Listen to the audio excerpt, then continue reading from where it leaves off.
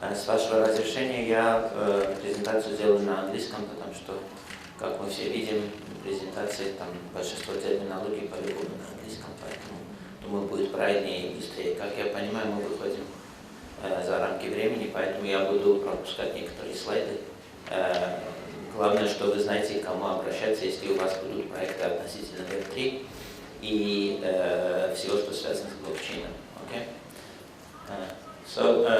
Today's agenda, I would briefly cover and try to do it on a high level, the digital assets and Web3 introductory level issues. Why this is important? It's not only because it's hype, but particularly from the financial services perspective and the financial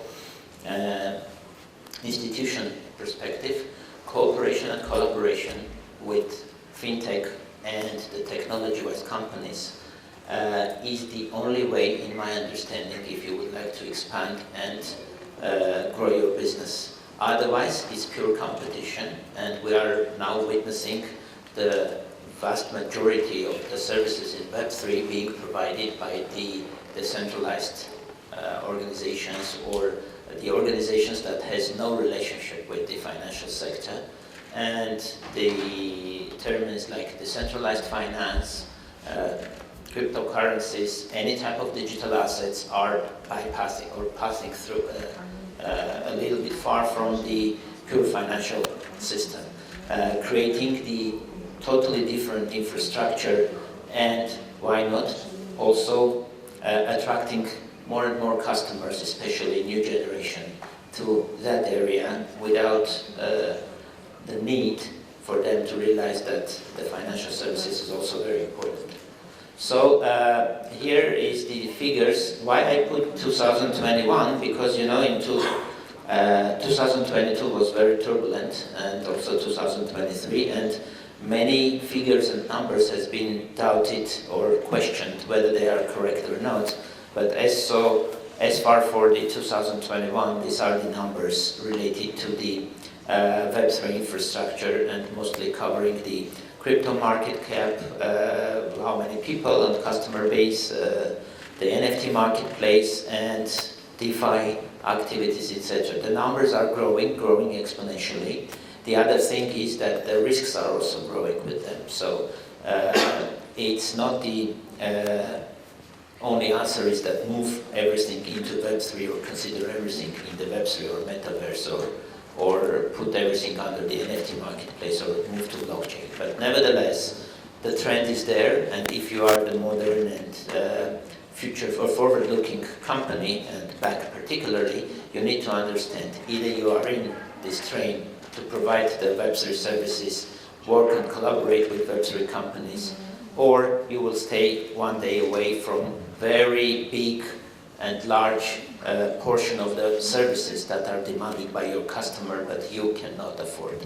Surely there is also one very important component you need to take into account, which is the regulatory environment and the legislation.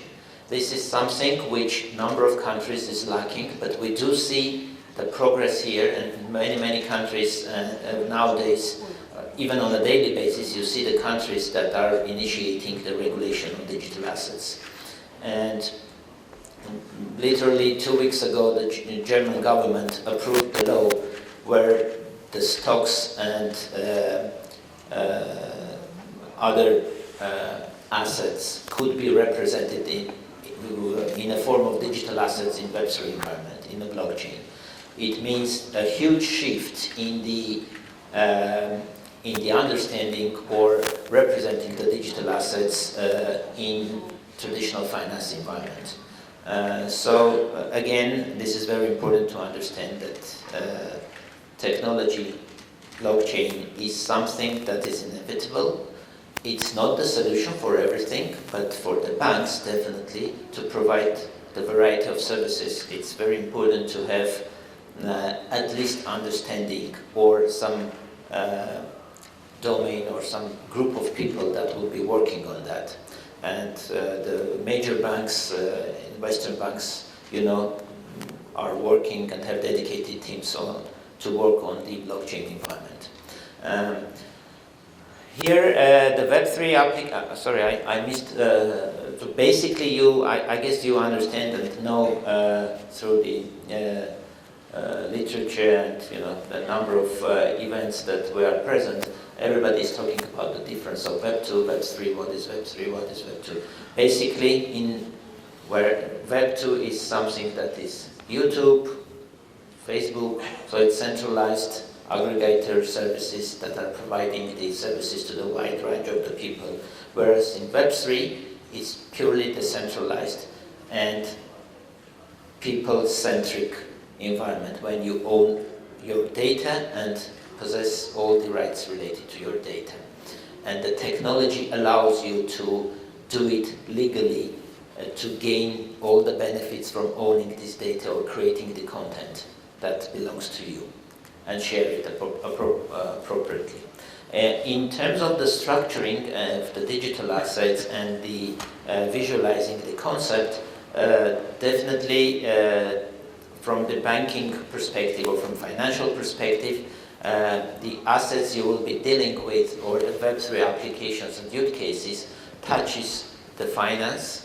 Currently it's mostly on DeFi environment, so peer-to-peer lending, number of other activities that you could perform without any intermediation, whether it's financial institution or any third party, is in DeFi area. The gaming, insurance, non-financial services, all those are the commercial implications or the use cases that could be used.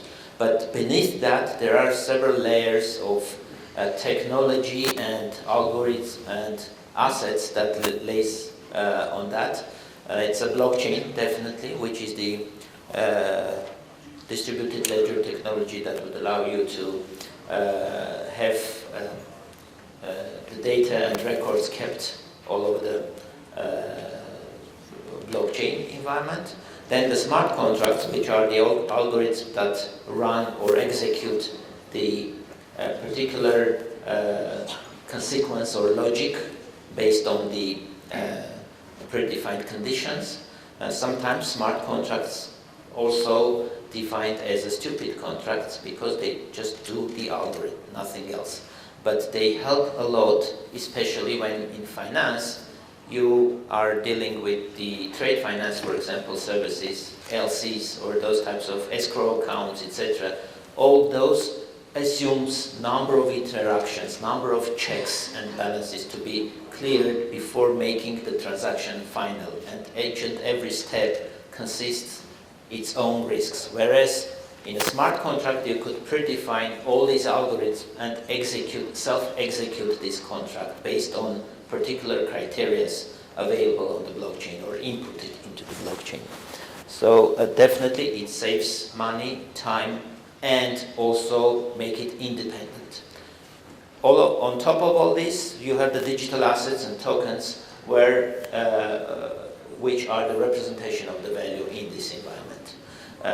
You may have heard about the stable coins, tokens, cryptocurrencies. All those are the variations, NFTs, other tokens. We will talk about it or touch as far as the time allows us. So basically speaking, what is the blockchain? Blockchain is peer-to-peer network. It's fully encrypted, decentralized, and flexible. Is it the solution for everything? No. And if we detailize a little bit more on the logic or consequence of the transaction being made on the blockchain, you will see these steps where the data is verified, the transaction is verified, registered, and what is very important, which provide the security and the decision is made to choose this versus the centralized ledgers, is that the data cannot be changed by definition once the transaction is made, because there is no such a computation power, at least nowadays available widely, to make any changes in the transaction, which has already happened. Otherwise, all the validators or all the nodes that are validating the transaction needs to be compromised. And there is no, again, the computation power to recalculate those transactions. So once the data is altered or changed, everybody will know, and the transaction will be considered as invalid. So what are the certain conditions? I've defined 5 conditions that could be a reason to select the blockchain, blockchain application, or move into the blockchain, or select the Web3 environment for a particular reason. This is the distributed ledger, wherever you need the distributed ledger, definitely this is the solution.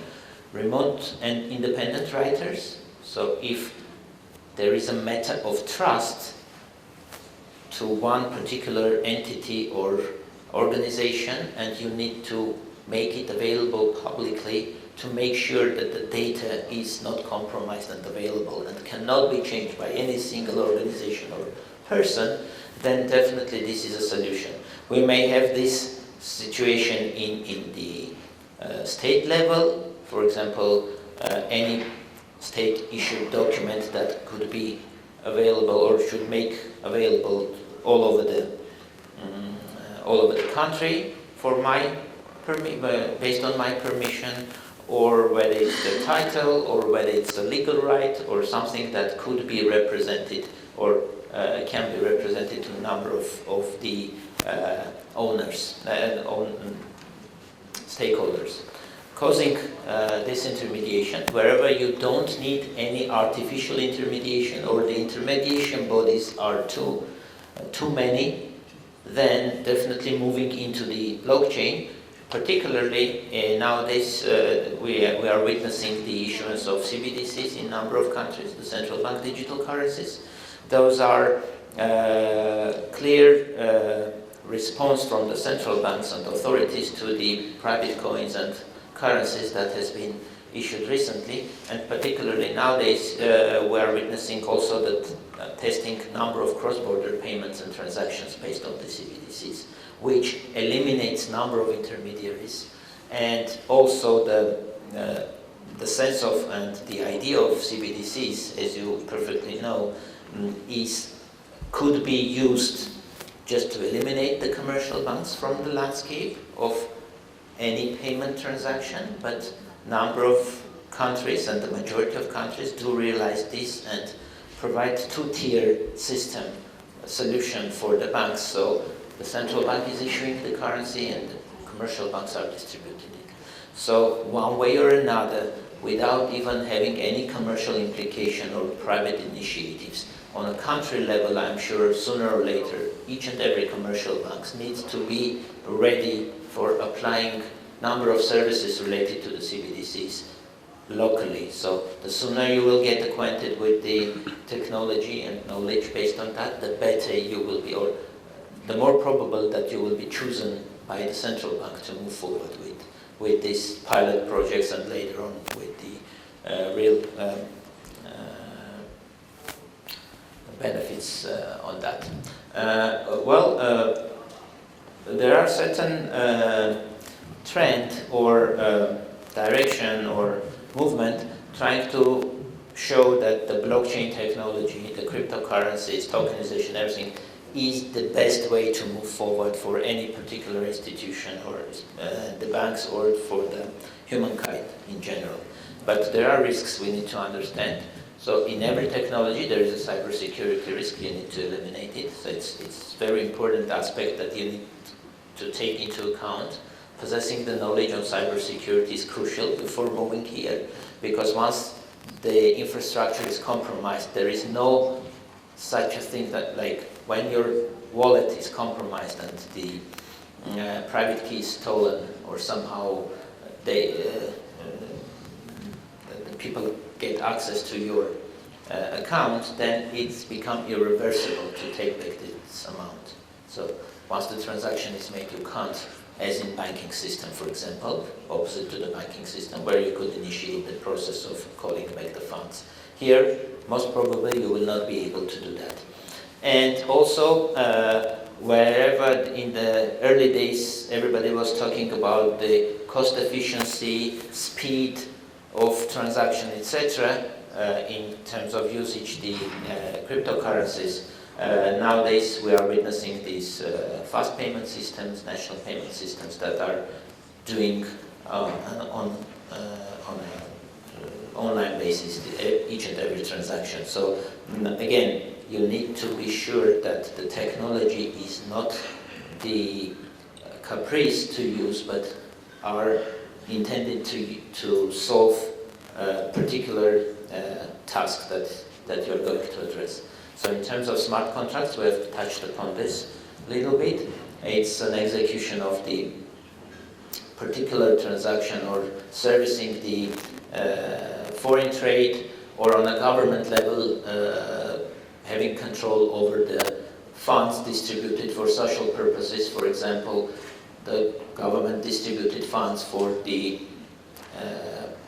people with particular illness that they need to buy the drug, and if it's done through the central bank digital currency with the appropriate smart contract in place, then if for that particular day this person will not buy from that particular drugstore this particular drug to get and be healthy, because it's required by his health condition, and that's why the government providing him the funds. All these funds come back to the state budget. So he cannot spend it to any alternative scenario, like buying cigarettes or, I don't know, spending on vacation or whatever. So it provides assurance for the state for managing the state budget, even with 100% assurance that no single penny is spent for other reason than particularly described for this. So in the smart contract, what smart contract offers, if we summarize it, it's a security, speed, accuracy, risk and autonomy, cost saving, and backup. Why backup? Because if it's decentralized, you don't face the contingency issue by definition. It's decentralized. You may have 10% of all the resources unavailable, but still be able to perform the transaction. In terms of the assets, I would try to stay a little bit in time and skip some slides. But here are the main asset classes that you might be facing as a financial institution as well, to make sure that one way or another, based on the regulation again, you will be dealing with this. It's native tokens, it's stable coins or CBDCs, it's governance tokens, it's NFTs, non-fungible tokens, and also the real world assets that are being represented in a digital form. And the German government recent development that I mentioned previously is directly related to these bonds, carbon credits, and other items, particularly covering with the regulation here. In terms of the evolution, you will see that the number of states, this is just an example, are more and more getting into the crypto world and Web3 environment. And here we have also the trend that you see. It's very important to notice that the younger the generation, the more are the number of users that are being considering the Web3 and blockchain as a primary source for getting services rather than the traditional finance.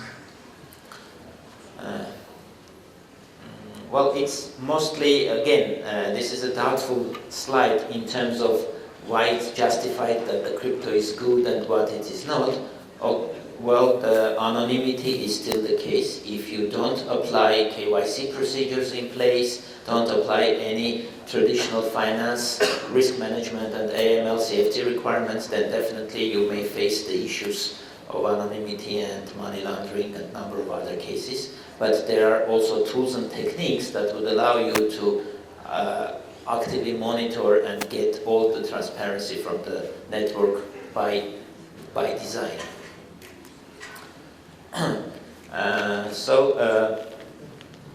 In case of the financial services, where we could possess the digital assets, it's the store of value, medium of exchange, and also number of financial services, particularly yield on digital assets provide another source for the wealth management and investment management opportunities for the customers to be provided.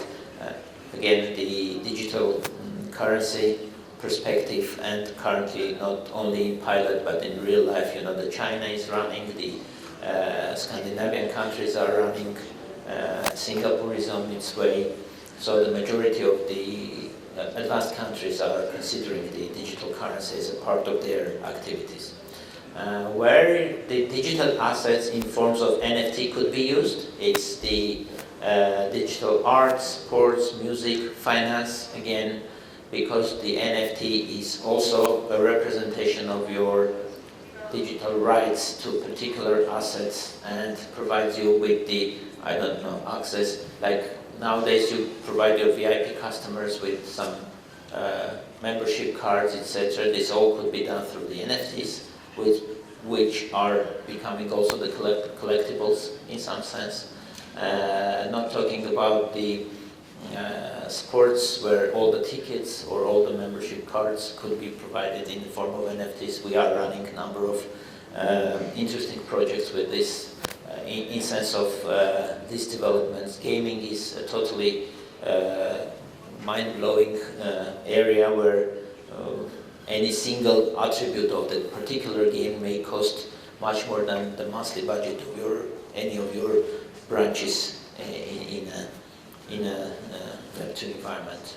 And digital art definitely is the case. I will touch briefly about some background on the FastX, just to explain you why all these are important in terms of building it within one ecosystem. Because, for example, in FastX we do have the digital shops in Dubai where NFTs are being sold, but it's physical presence. You need to walk in, you feel this physical presence, customer service, etc. You were talking about a lot before in previous presentations. But again, you have dealing with purely digital Web3 environment, selling, buying the NFTs. And which is very interesting that any particular artist that has a drawing could mint this NFT, upload to the marketplace and sell it. So it's non-intermediated, directly P2P interaction. In terms of the financial services, again, the regulation in some countries, particularly in Lithuania, for example, allow us to get the digital trading license and open the crypto exchange in Lithuania, for example. That would allow us to provide services on a number of jurisdictions for our customers to buy and sell and trade the tokens. So many other areas exist in terms of where the digital assets and tokens could be used, but other than that, it's health, public data, food security, supply chain, ownership tokens. We may talk later on each and every on that. Just to save time, I will not touch in more details on this. Any trade finance, here are the examples of IBM, TradeLanes, Maersk, all these are running a number of activities on the blockchain, making sure that the cross-border transaction custom clearances are done on a blockchain environment with particular KYC processes in place where the digital identity cases are applied, which is also a very important attribute that is highly demanded by the financial sector as well. Here are some of the financial services that and institutions that are actively in. For example, the Visa, MasterCard definitely are the flagman leaders for the payment institutions, for the payment services, providing access to the traditional finance and also the tokens. Like you may have your wallet with the Bitcoin being represented through the Visa card as a balance through the banking services, as a balance of US dollars or any other currency in place. These are also the companies and banks and other entities that are actively involved in the digital asset environment and are moving to the blockchain or trying to do at least one global project in the field.